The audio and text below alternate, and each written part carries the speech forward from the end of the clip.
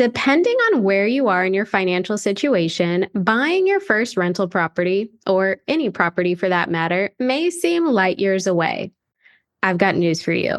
It may not be as far away as you think. There's a specific process behind purchasing your first rental property and using that property to create instant cash flow. That's why I'm so excited to have Antonio Cucciniello of Investarters on the show today to talk about that exact process. If getting into the real estate investing game is on your wish list, you don't want to miss this discussion. Hey there, I'm Rhea Reeves, and over a decade ago, I turned my life around through budgeting. I went from being an overspender deep in credit card debt to being the founder and full-time money coach of City Girl Savings. Now, I help women work towards their dream life and tap into their financial power one budget at a time. I fully believe you can live a life you love with a budget, and I'm living proof. The weekly City Girl Savings podcast focuses on the intersection of money and the City Girl lifestyle. Join me every week along with some special guests as I share my experiences, advice, and guidance on navigating life and money as an experience-loving millennial. So Antonio and I met at FinCon back in 2021 in Austin. And since we're both residents of Austin, we've connected a few times in the past couple of years. Antonio has amassed a huge following across platforms like YouTube, Instagram, and TikTok, where he shares valuable information about all things real estate investing. Antonio helps people feel confident in purchasing their first investment property and even has a mentorship program to help individuals purchase and create cash flow in as little as 3 months. Hi, Antonio. It's so good to see you, and thank you so much for coming on the show. I would love it if we could start with you maybe sharing a little about your background. Like, what was life like before you got into real estate investing? I just want to thank you because that was like one of the best intros anyone's ever done for me. So that was good. Thanks. So before real estate investing, I come from a immigrant Italian family. Both my parents were born in Italy, and they always told me I had to go to work to get a job, like being an engineer, lawyer, doctor. That's what was told. So I became a software engineer, and my first day at my first job, I was like, this is what I'm going to do for the rest of my life. This sitting at the desk and being stuck at a certain amount of time and being there from 9 to 5, whatever, wasn't what I wanted, but I didn't really necessarily know what I could do otherwise. So I spent a lot of time learning about a bunch of different topics about how to make money outside of work. I literally texted my friend that day and I was like, man, this sucks. And he was like, dude, have you ever heard of entrepreneurship? And I never did, even though my dad's an entrepreneur, my uncle's an entrepreneur, my other uncle's an entrepreneur. Everyone in my family is an entrepreneur. They just hid it from me because they wanted me to have the safe route, which was having the job. And so at that point, I started learning about real estate investing, but I was 22, 23, and just graduated college, just started saving a little bit of money. And I'm like, how the heck am I going to afford a house? Not only that, but if I did, like, I need to make sure that if I put all this money into a house, I don't lose it all. That's really what I was scared of, especially as at that point in time, it's my entire life savings. I have nothing as a backup. And so I was actually renting a place during my first job, and I got the courage to email my landlord and say, hey, are you interested in selling the house? And he was like, I could sell it to you for this price, but honestly, it doesn't even work for me right now. Like, I'm losing money, so it's probably not best for you to go for it. And here I am thinking that, like, oh man, this experienced landlord messed it up. How am I going to do this? So I just got really scared and I kind of put it for pause, but I just kept reading books in the background and stuff like that. It took about 4 years of me just like reading books and feeling like, all right, I'm going to do this. And then being like, wait, I should probably read another book because I don't know all the information yet. And that cycle of analysis paralysis just kept me stuck for a long time. And one day I had moved to New York City, gotten a new job, gotten a raise. I'm living in New York City and my landlord sends me an email trying to raise my rent about 15%. And I immediately got pissed. I was like, I'm a good tenant. I pay my rent on time. I don't throw any parties. I don't complain about anything. The handyman has never even been to my apartment. And it just clicked in my head that at that moment I needed to figure out a way to be on the owner side of things and on the renter side of things. And so I pulled all my books out of the closet and I was like, I'm going to figure this out. I don't care what it takes. And I tried to come up with a step by step process because that's what would have made me feel comfortable as a software engineer. All the books that I read, all the things that I did seemed to come from yeah, just do this thing and do that thing. But like I said, I didn't want to lose all my money. So I had to feel confident about it. And so it took me a few months, but then I ended up getting my first property, and that was in 2019. Wow. And did you get that property in New York or somewhere else? It was in New Jersey. So I was living in Lower East Side. So I biked to Penn Station. For those of you familiar with New York, about 25 minutes. And I took the train about an hour, 15. And then I had to Uber, or sometimes my parents came with me to come look at properties because they live in Jersey. And yeah, so that was my weekends from July 2019 to November 2019, just looking at houses every weekend. That's pretty exciting. And my boyfriend actually lived in Piscataway for a short amount of time. So I Oh feel yeah. like I've done that whole train situation. But do you Yeah. still have that property? Yeah, it's my first property. Still have it. It's actually one of my best ones still to this day. I like to say because I was so scared that I made sure no matter what I was making money. Whereas some of the other ones now, not that I'm not making money from them, but like I'm more comfortable with it so I can make less money and feel confident that it'll still be in addition to the portfolio, less like it needed to be a home run. I was so worried about it being a home run that it ended up being a home run, but I lost 4 years. Had I been investing for those 4 years, I would have a lot larger of a portfolio at this point. Yeah. I mean, I'm a firm believer in like divine timing, and I think everything happened the way it needed to. But I know how you feel. I know what you mean. Like sometimes it's like you got to take the risk, but I think it all worked out for you. So, Yeah. did you live in that property? And can you walk us through like your experience with actually purchasing it? I know you did a lot of research, but if you went through the mortgage process, like how was that for you? And again, did you live in that property at all? Yeah. So the initial objective was to live in the property because it was just going to be me going into it. I had saved 30K to invest in it. It was a $195,000 triplex in the town that I went to college in, which is the town that I actually was living in before when I tried to buy that property back when I first reached out to that landlord. And the mortgage process was actually pretty simple. I thought it was going to be this like very big complex thing, but really all it took was hopping on the phone with a bank or a lender and telling them exactly what I wanted. I wasn't trying to hide anything. I wasn't trying to cheat the system in any way. So I just told them how much I made, what my credit score was. Luckily, I had a good financial situation ahead of time, a decent credit score in the 700s. I had saved up the 30K. I've had the job for 2 years. When I first tried to look, I didn't have the job for 2 years. So I knew that that was a requirement. I kind of had an idea of what I needed. And so a lot of that waiting phase was me like setting up my financial situation so I could get a loan for a house. So maybe for some people, if it's their first time going through, you might be surprised at all the requirements that are involved. And in all honesty, now being on the other side, there are so many creative ways to get around a lot of the initial requirements that had I known that, I would have been able to start a lot sooner. So I don't want to set them as like you need to have these things because I don't want people to feel like that they're limited by getting a traditional mortgage that most people would get.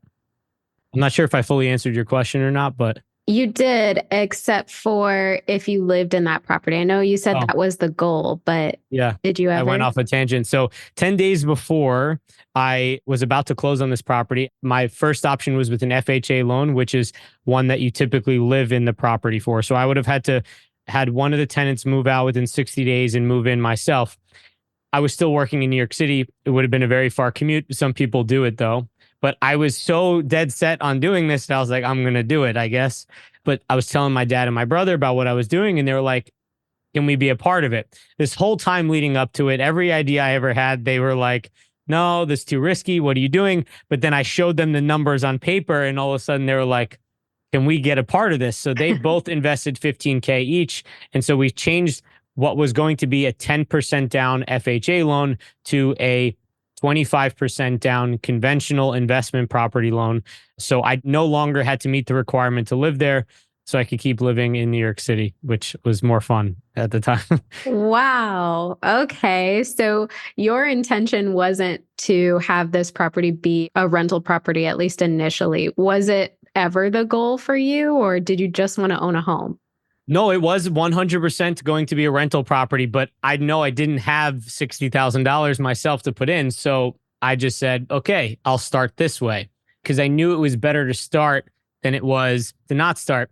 One of the things that held me back in 2016, 2015 was this talk about like, oh, Trump's going to get elected, the economy is going to crash. And so I was nervous on top of all the other nervous things. And then when he did, it didn't crash. And so then I watched prices go up throughout that time frame. And as I was sitting there looking on Zillow and seeing like, oh man, properties in Jersey City went up like 50,000 from where they were before, I just said to myself, okay, at this point, if anyone says something's going to crash, I don't care anymore because I've watched them say it's going to crash and then it didn't. And so I was like, I just need to buy a good property. And if it crashes, it crashes. I'll be okay as long as I can have consistent income on my own.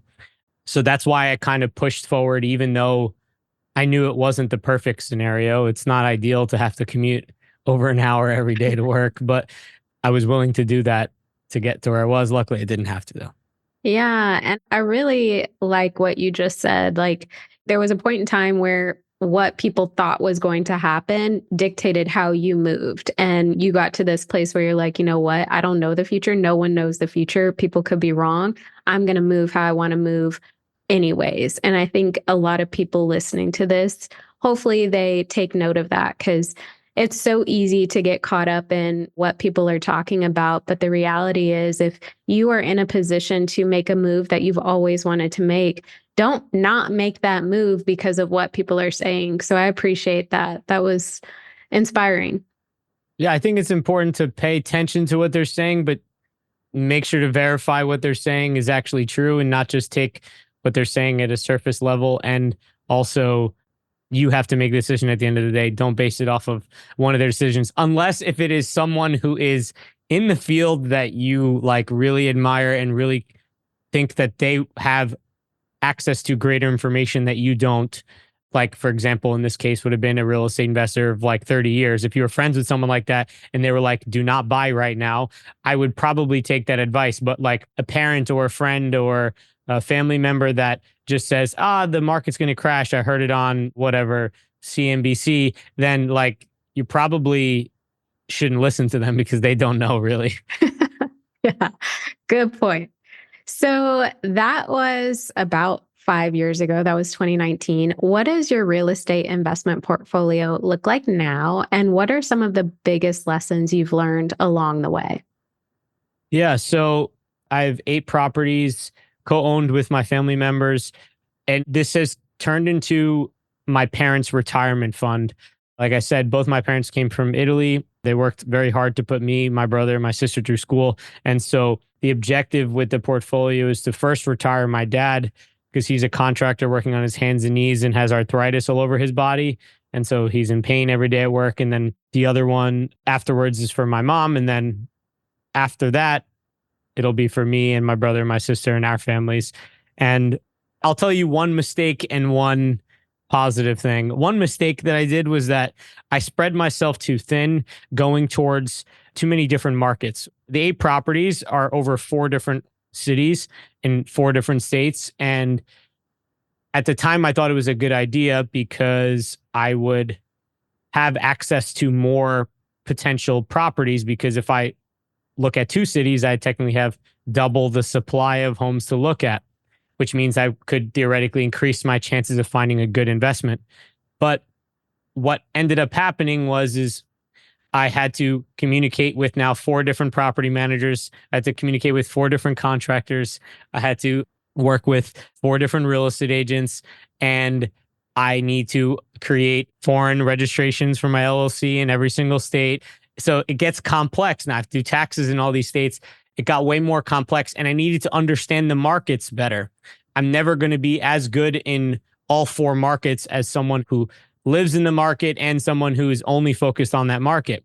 And so right now I'm thinking about cutting back and focusing on two markets. One that's more of a cash flow based market, meaning that I buy rentals and they'll bring me regular income, and one that is more of a break even in terms of cash flow, but has very high appreciation, meaning house values going up, because I think that those types of properties are really good for net worth building, whereas the other ones are really good for keeping your business alive and allowing you to have the income that you want. And so I'm looking at some form of a 70 to 30% portfolio allocation in an ideal world, but that's kind of where my head is going these days. That was a mistake and a lesson in one. So I guess we'll leave it at that.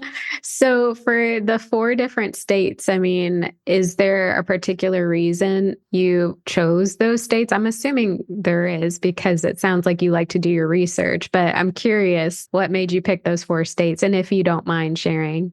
So New Jersey is the first one. And that was mostly picked because I knew the area and it was close enough by that I could go see it on the weekends.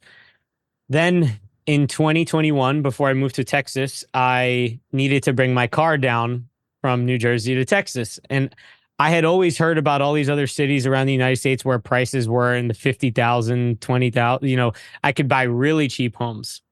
So I said it would be really cool if I did a content series where I go visit these markets. So as I drove my car down, I brought a friend with me and we went to 9 different cities or 8 different cities over 9 days, and we stopped at a bunch of them. And I ended up having 3 different properties under contract in 3 different cities by the end of the road trip. Wow. And luckily, the one in Memphis went out of contract, but the other two I ended up getting, and I have one is in Little Rock. That was my only one in Little Rock. And then I had the other one was in Ohio, a suburb of Akron. And then the fourth market came into play when I ended up getting a deal that my dad owned some land that he bought in 2005 with a partner. The partner gave it to his daughter, his half share to the daughter. They were just paying property taxes for like 12 years and she wanted out. So she sold her share to me and my brother for only 3,500 each.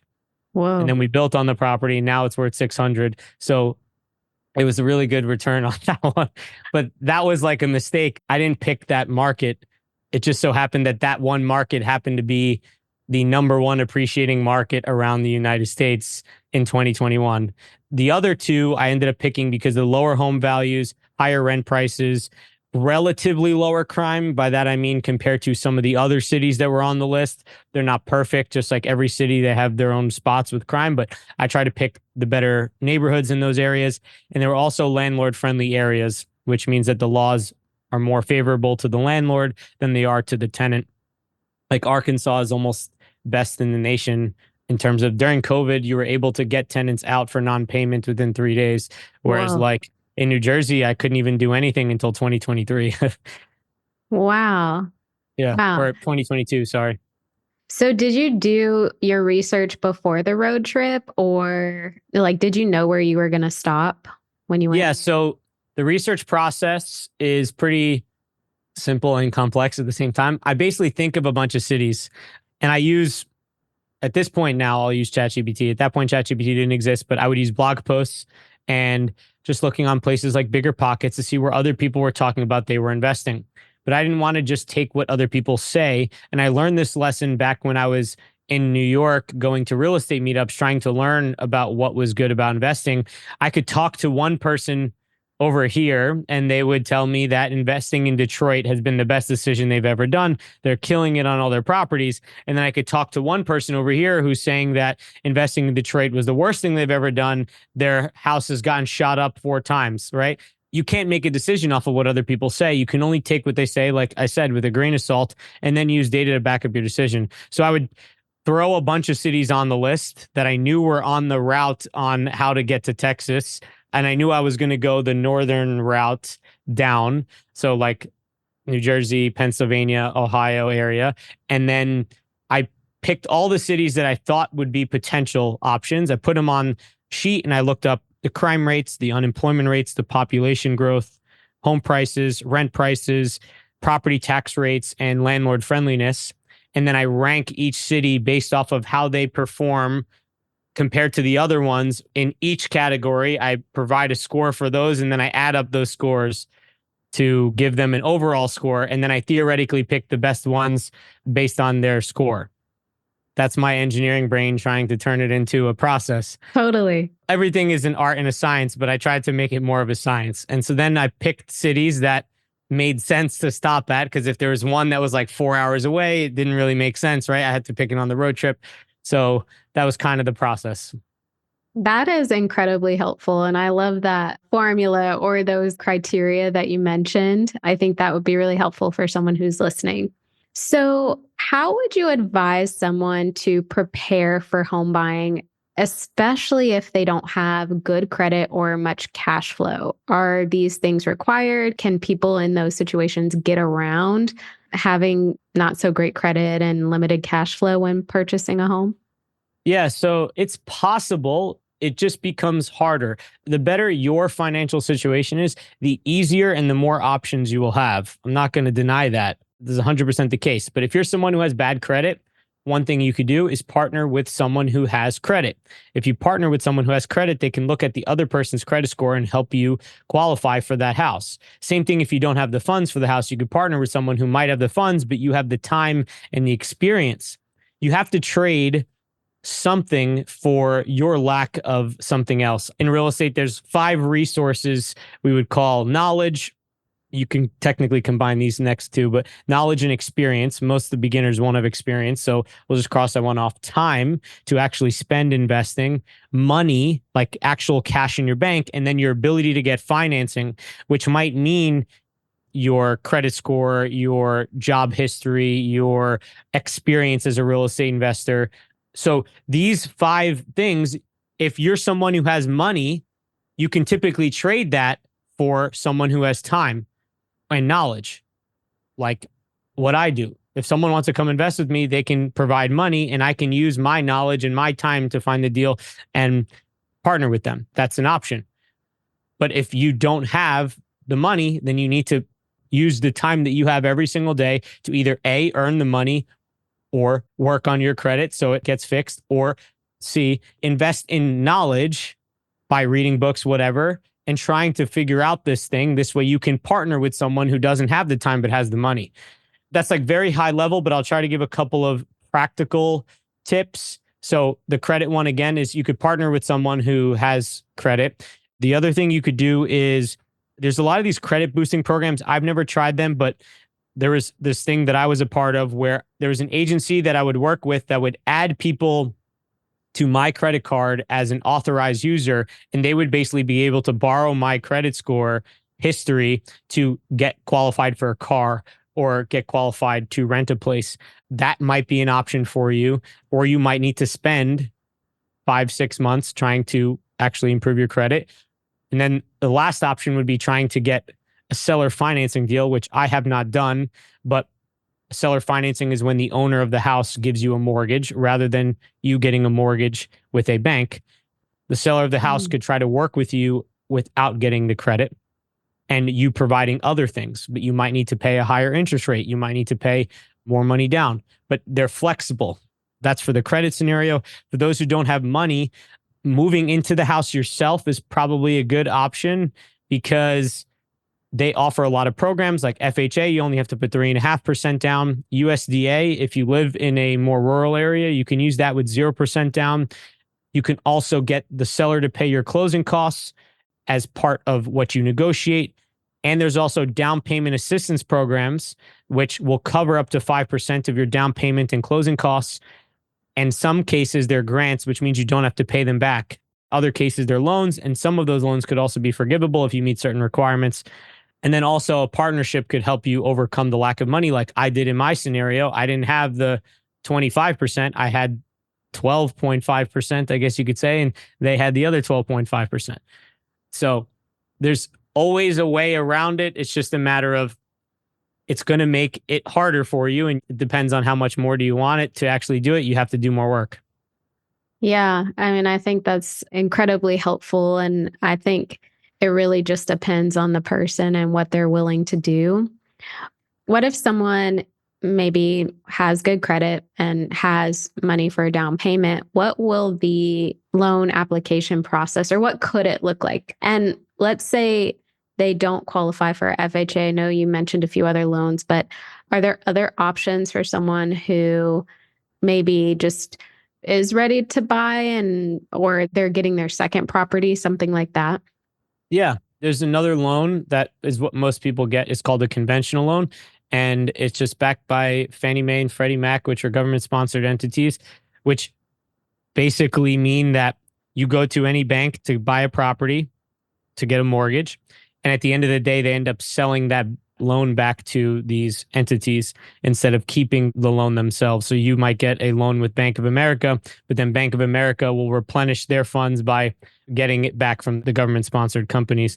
So if you have the down payment, you have the credit score, the mortgage process is not complex, but it will feel very urgent as you're going through it. They'll call you and be like, we need these documents right now. Otherwise, you're not closing on the house. And it'll feel like you have to stop everything you're doing. And I can tell you from experience that you probably should do what they're saying quick if you want to close on time. So just try to act relatively quickly, but don't throw off your entire day for it unless if it's extremely time sensitive. But for the most part, you're going to have to, if you're applying with a conventional loan, you're going to have to prove your income by using W-2s or by using tax statements. So this way people can actually see how much money you're making. So there's some form of verification of income. You'll also have to write in all of your debts of like what you're actually spending money on. Do you have student loan debt, credit card debt, that kind of thing, car payments, because they need to verify all the things that you said on that initial phone call when you got a pre-approval letter that says, hey, I could buy this house. So maybe I just take a step back and say, the first thing you do is just call them and you tell them the high level, and they'll give you a piece of paper that says, they'll run your credit real quick and say, hey, this person's good enough. We think up to 500,000 or up to 300,000. And you take that and then you go try to find a house.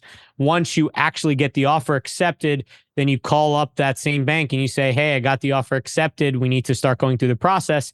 And so then you'll start uploading all these documents, your driver's license, all these things, and then they will verify them. They'll also do something known as an appraisal, where they'll send someone out to the house to make sure that you're actually buying the property for the value, that the property that you're buying is worth what they're giving it to you, what they're giving you the loan for. So remember this, that the bank cares about getting their money back. Everything they do in the process is about protecting them getting their money back. And so if for some reason you're buying the house for more than what the bank says it's worth, they're not going to loan you the full amount anymore. They're going to loan you less than that. And you'll have to come to the different table when you close with the difference between what they're offering, what they're going to give you, and what you're offered on.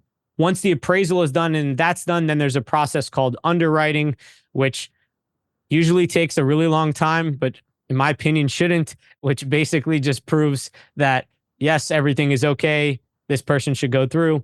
And honestly, I'd love to work in one of those departments just to see how slow they're being on everything. But once you get past through the underwriting, then there's usually a clear to close.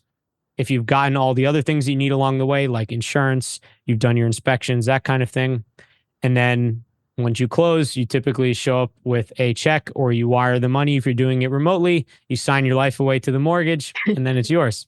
Have you ever experienced someone who got a pre-approval notice but did not get approved for a mortgage? I have not run into that scenario.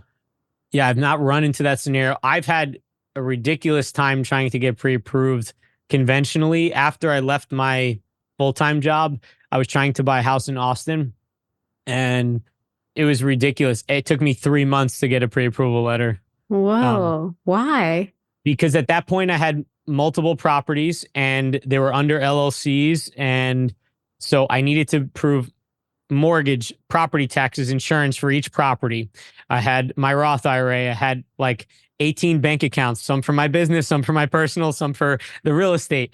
It was a very complex financial situation. And I wasn't showing a lot on my personal income because it was a business. I was trying to write it all off. And so then I had to bring my brother in to co-sign with me. And so then he needed all his documents. And so it was a nightmare just to get the pre-approval letter. I wouldn't be surprised if there are scenarios like that because there are some lenders who will give you the pre-approval letter and not do that much due diligence in making sure that you are telling the truth on what you're saying. And they're very quick, but it's not a scenario that I've had to run into or anyone that I've worked with has run into. Interesting. So if it is a thorough pre-approval process, everything after that should be relatively smooth. If it's a quick pre-approval process and the underwriters find something down the line, it could slow things up. Yeah, actually, there is one scenario. My friend tried to buy a house the day after he bought another house and didn't tell the second bank that he was buying a house the first day. And so they found out, and he had to delay the closing because he had to prove that he could actually still qualify for it. Underwriting flipped out and they said to him, I can't believe you're doing this, whatever. It still worked out at the end of the day. It just took a whole week of waiting, basically, and them rerunning the numbers. Wow. So, well, I mean, money talks, right? I mean, if at the end of the day you can afford it, then you can afford it. Yeah. Don't buy any large things that would make your credit limit be overused or take a credit hit during that time frame, because they'll freak out. Or don't quit your job during that time frame. Quit the day after you buy the house. It's okay at that point. They don't care. But until that day where you sign the dotted line and you've gotten everything, you're clear to close, everything's good, don't do any of these things that might cause complications, because it'll just make your process a little bit more difficult. Are you loving this episode so far? Well, the money and life level up conversations never end in the City Girl Savings community. Visit citygirlsavings.com for instant access to resources that help you budget, level up your money mindset, and so much more. And make sure you stay up to date with CGS by following us on Instagram, TikTok, and YouTube, all at City Girl Savings. A question for you. So let's say someone makes really good money, like they show it, they prove it, but they have a lot of debt. At what point will they potentially be denied for a loan because of their debt? Is there the debt to income ratio? Is there a limit, so to speak? So the debt to income ratio will depend on what kind of loan you use.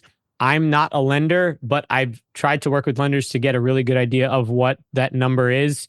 And for FHA loans, I've heard that you can go as high as 55% debt to income. So that's including what the house payment will be plus all the other things. But I think that most banks want like a 36% pre-tax income, which is nice. It's pre-tax, it's not post-tax. So it really means a lot more than what you're taking home.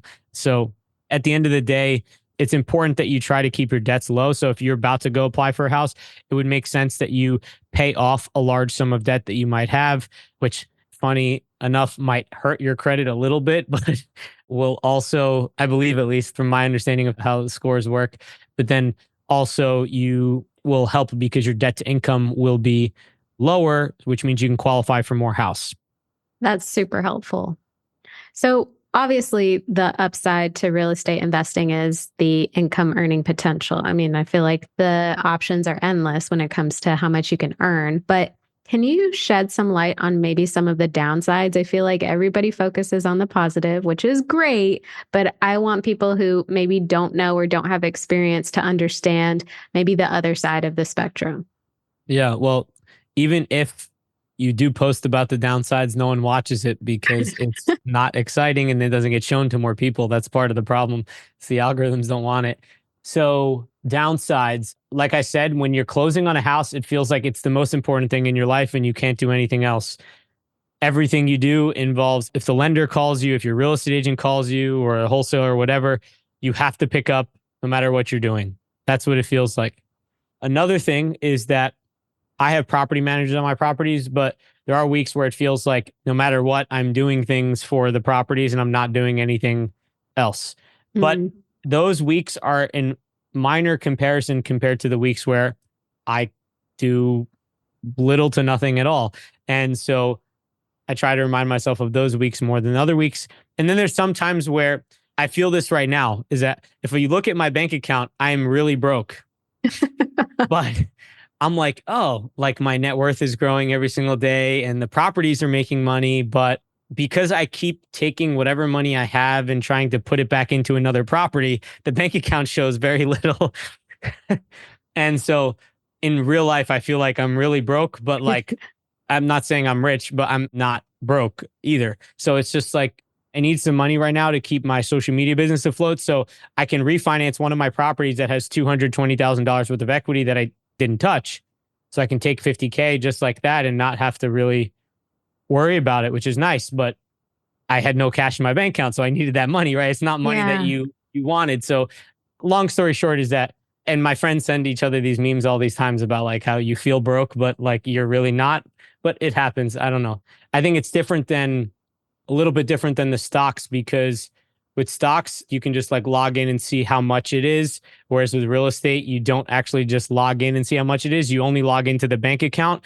And if the bank account shows no money, you feel like you have nothing, but there's really all the equity in the houses and you've built up a consistent income that keeps coming in regardless of those things that are paying for all these expenses that you just don't really see. So it's important to like take a step back and look at how far you've come and the equity you've built up and all the ways real estate actually makes money that isn't showing on paper. That's a very good perspective. And it makes me wonder if someone is purchasing their first real estate investment property, is there like a certain amount of money you would recommend they have put to the side for emergencies? Like, I feel like everyone's situation is going to be different, but if something were to happen that was very costly and they didn't have the money to fix it, I mean, I would think that would be a problem. So, do you have any recommendations on how much someone should save? Well, so it depends. Let's say you buy a property and you put all your money in for the down payment and you're left with nothing afterwards, that Hmm. scenario. Yeah. So in those scenarios, you luckily get to see the property before you do anything. So the way I look at it is if you're putting all of your money into the down payment in a house that clearly needs work or is going to need work very soon, don't do it. It Mm. doesn't make sense unless if you can find a way to borrow the money from someone else and pay them back. And you know that whatever you put in will get you more. And so you could pay them back. And so this is why I'm a big proponent for people who are starting out to buy what's known as like turnkey properties or close to turnkey, meaning like they're already rented out and or they are ready to be rented out and there's not much work that needs to be done. It's a lower barrier to entry. And sure, there's going to be more competition for those deals than the deals that have work. But as a beginner, your objective is to see the process through and get a base hit. Get on base and be like, okay, this works. I'm collecting money. I'm paying my mortgage. I'm doing all these things. And in 5 years from now, the property might be worth another 10% higher or something, whatever. And so you see that and then you take that money and you start, now that you're on base, it's easier for you to get to second.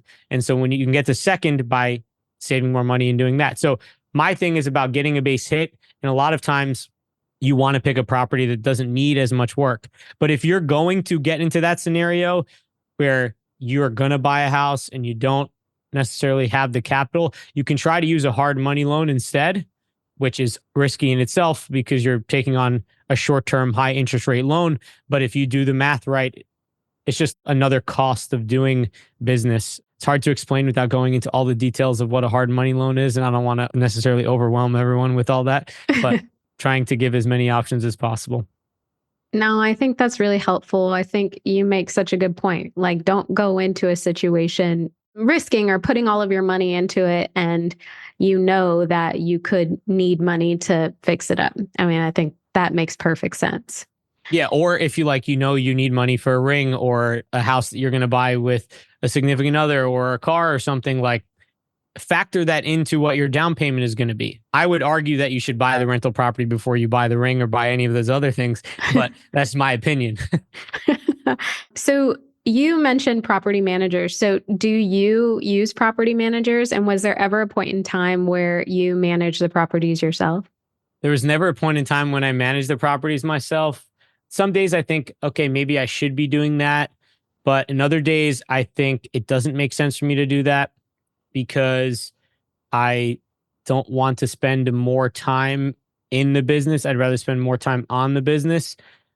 My first property, there were no real property management companies in the area that I could find that had like good ratings. So I was ready to do it. But then I told my real estate agent, and he was like, I'll manage it for you. And he had no experience. So he charged me a like very low percentage, like 6%.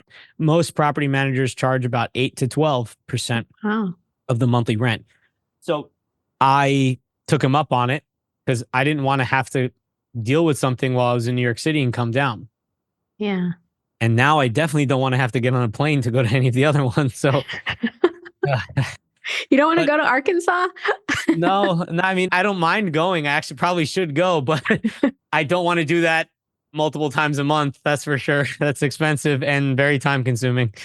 So, my brother and I, we share two rental properties. They're long-term rentals and we manage them ourselves. And it's when there's no news, like everything is perfect, it's smooth sailing, money's coming in. And then when people move out or things go wrong, it's all hands on deck. So, I don't know what's better.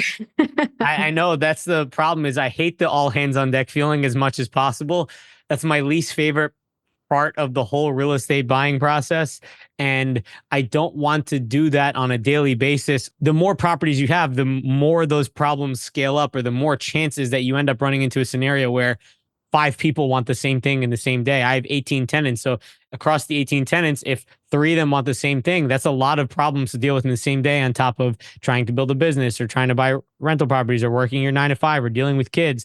And so it adds up over time. Yeah. Do you do short-term or long-term rentals, and do you have a preference on either or? All my properties right now are long term. I had one property that I was planning on doing a short term under contract, but I couldn't get government approval for it. It was in a historic area. And I'm actively looking to try to do one in Italy. I think personally that short term is great in up markets, but by that I mean in great economic times. But right now, I'm very conservative. I don't want to lose money. So for me, I think that long term rentals are going to be more stable and safer over the long term. And if something works as a long term rental, I could always try to turn it to a short term rental down the line. But a lot of times, like what happened in Austin, is a lot of people bought short term rentals. And then now that short term rentals aren't as booming because we're kind of in a recession, whatever you want to call it, they aren't making as much money. And now they're having to backup plan as a long term rental or a medium term rental, and they're not making as much.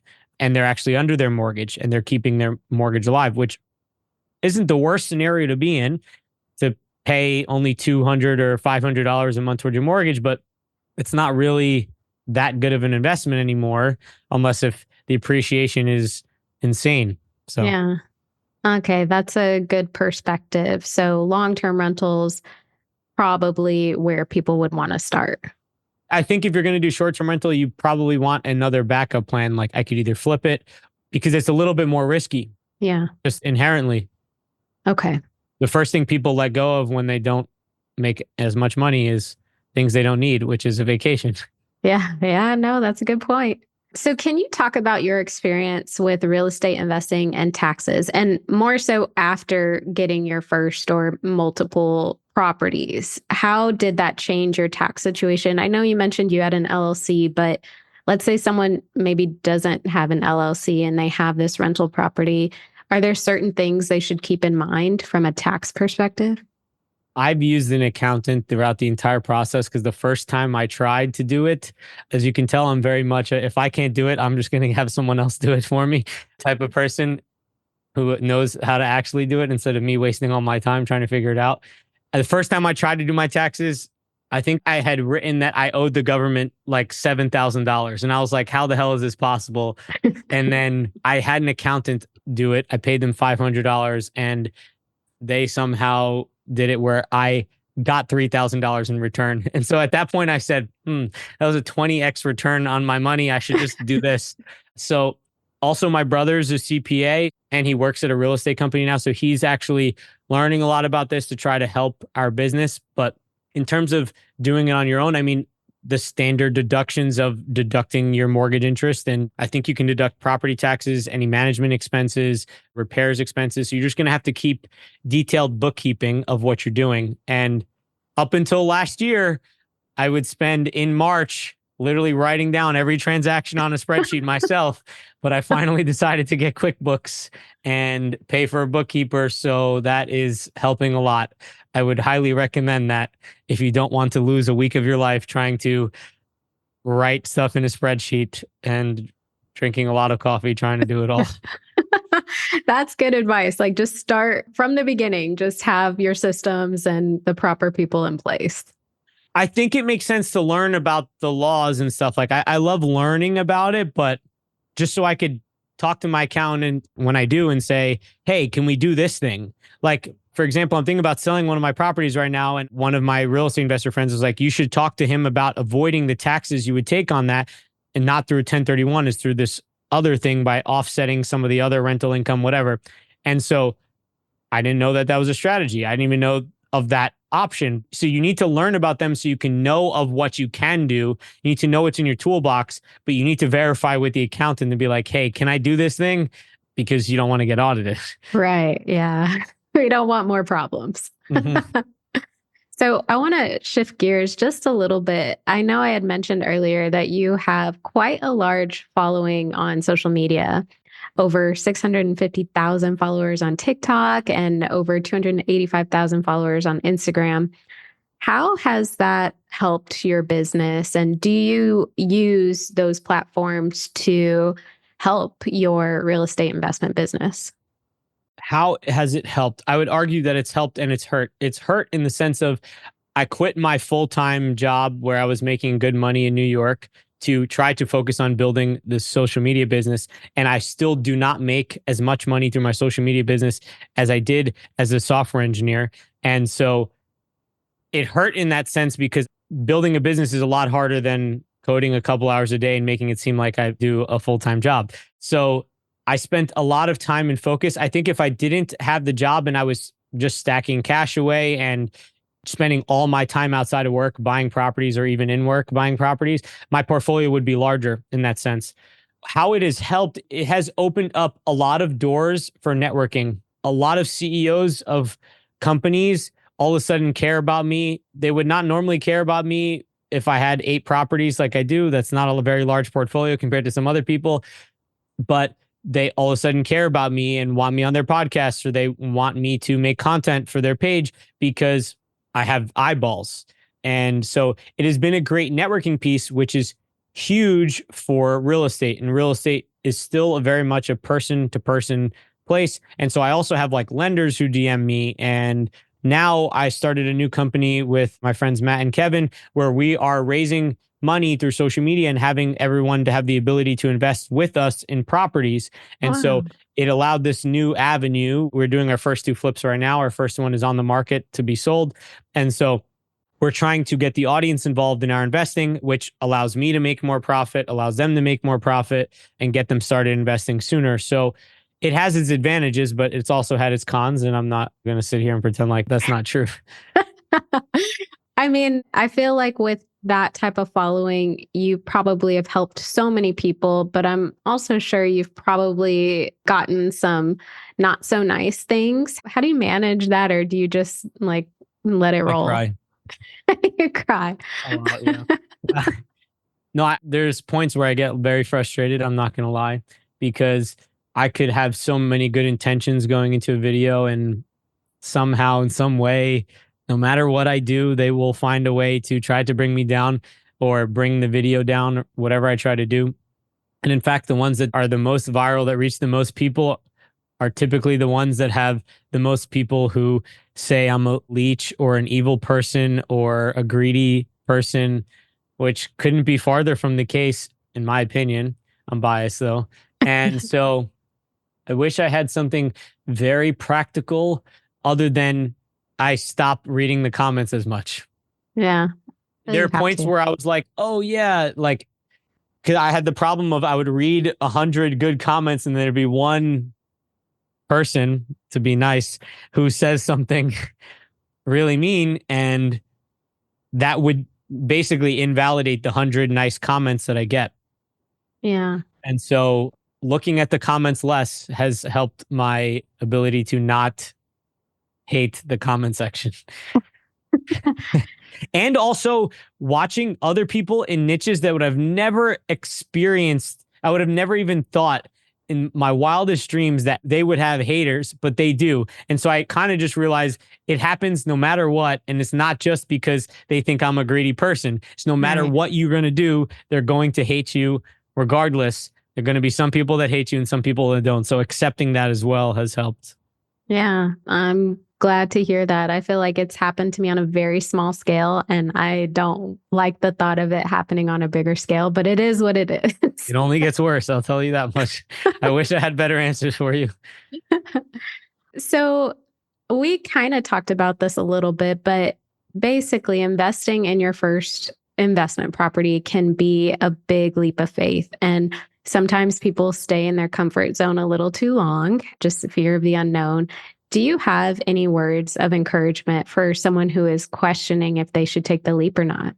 Yeah, there's people that are dumber than you. There's people that have had less money than you, people that have come from worse experiences than you, people that have worse credit than you, worse, whatever. Every scenario has been done before. Real estate is not a complex game. It is just a game that takes time and effort to learn, just like anything else. But you don't need to be this super smart person or do anything crazy for it. And so you're probably overthinking it so much so that you're keeping yourself back. And that's really what it comes down to is the overthinking is really what's hurting you because you're just not confident because you haven't seen it go through. And the only way to really make that work is to see it go through, unfortunately. And so you're stuck. Oof. Wow, that's good advice. So just take the leap. It'll all work out the way it needs to. No, I'm not saying just take the leap and buy whatever. I'm saying do the math, look at the properties, make your decisions based on data as much as logic as possible, and see if you can get them verified by an investor friend you know, by going to a meetup or whatever, or a real estate agent who might have an investment property here or there. Do as much as you can. But there's a point where you need to just say, okay, I'm going to try. And 4 years is too long, like I did. So do something shorter than that. Well, I think this leads us nicely into your mentorship program. Can you talk a little bit about that and how you help people? Yeah, it's actually changing a bit. So it's not going to be exactly the same as it used to be. Before it was just primarily just mentorship, but I've done a lot of different versions like one-on-one, group, and typically it involves you hopping on a call and me teaching something for a bit and then helping people analyze deals, picking markets. A lot of it is having them understand that they're being blocked within themselves. And that's really what it comes down to. Not that they don't know the information. Most people who come on know the information, but they've just stopped themselves in one way or another. What we're looking to do, which is not officially announced yet, so we're just going to leave it at this. We're looking to combine an educational program with our company, House Hack Helpers, that people can invest with us. And so we're looking to try to make an offering where people can invest with us and basically, quote unquote, get paid to learn on a successful flip. If we do well, you get paid out, but also you get to learn as we're going through the process. And so I'm less interested in the coaching dollars as I am in making money from real estate. And so this allows me to combine both while teaching other people how to do it along the way. I wish I had more concrete information than that, but that's really it. Okay, well, when that becomes available, please let me know so I can share with my community because that sounds like a really good opportunity to learn and be hands on and potentially get something back for your money that you're putting in. Yeah, the way I look at it is when I started out, I didn't have anyone to help. So part of the reason why I made content was because I felt like there was a very big need for people in my exact scenario to talk about it. And it seems like it resonated with people. So one of the issues I had was I didn't know anyone. I didn't have a real estate investing mentor in my life that I could just reach out to. And so, or the ones that wanted it wanted 10, 15, 20, 30 grand, which was all my money for my down payment. And so I'm trying to keep the education as free as possible, but it needs to be subsidized in some other way. And so the way I'm trying to do that right now is by you pay us to invest, you get a return on your capital when we're successful, and you learned along the way. Whereas instead, the other option is you pay $10,000 for a mentorship, and then you have to do all the work to buy a property, and you're still doing it yourself rather than we're doing it, and you get a return. The only difference is we split the profits. Yeah, but I mean, I feel like you can learn so much by watching someone else do it, and then you can take that information and apply it to your own situation. Yeah, exactly. Like we're recording our partners, Matt and Kevin, because they live by the properties. They're going through, checking up on the contractor. You're getting to see stuff that even in a normal mentorship you would not typically see because it's more just like a PowerPoint or someone teaching something that way. This is a little bit more hands-on. He goes through the property and you get to see actually that we thought we were going to be able to put the property live, but the contractor didn't do a lot of finishing touches. And so he's on the phone with the contractor yelling at him, whereas you don't normally get to see that. And so showing more of those behind the scenes, like the real stuff of what actually happens, is kind of the route we're going down. And so we're hoping that people want it and we could buy a lot of properties that way. Awesome. Very cool. Very cool. I will keep an eye out for that and we'll share when it is available. So, where can listeners connect with you? Where would you want me to send people to follow up with you? Best place is probably Instagram. I'm pretty active on there to responding to messages and stuff. If you send me a message and you get an automation, I'm sorry, but I can't respond to every single thing. I try my best. So just message me again, and at some point I'll eventually get back to you. But my handle is Investarters, INVESTARTERS. Perfect. I will link to that in the show notes. Antonio, thank you so much for everything you shared. I feel like it was incredibly valuable. I learned something. I know the people listening have learned something. So I appreciate you so much. Thank you. I'm glad I was able to help.